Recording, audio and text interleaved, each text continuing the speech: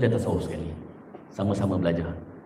Jadi kalau kita naik basikal ni, kan, ataupun kita naik motor, kalau roda belakang dengan roda depan, mana lagi penting?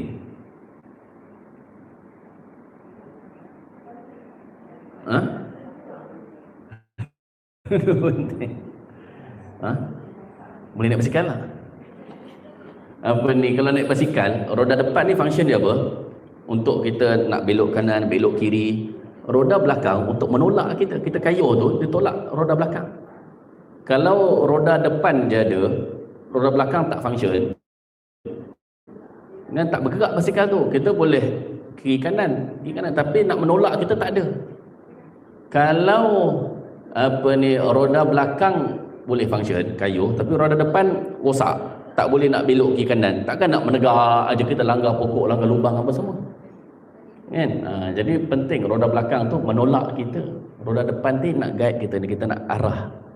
Kan? Jadi orang kata itulah ilmu tasawuf tu ibarat roda belakang yang dia nak mendorong kita semangat untuk buat amalan.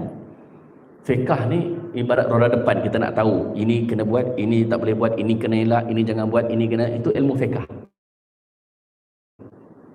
Di ibarat roda depan, kita nak elak, nak tahu ini kena buat, ini jangan buat, ini jangan buat, ini kena buat, kan?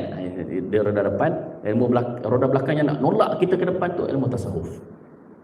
Yang bagi semangat kita, kan, untuk kita beramal tu ilmu tasawuf. Okey, baik. Ya.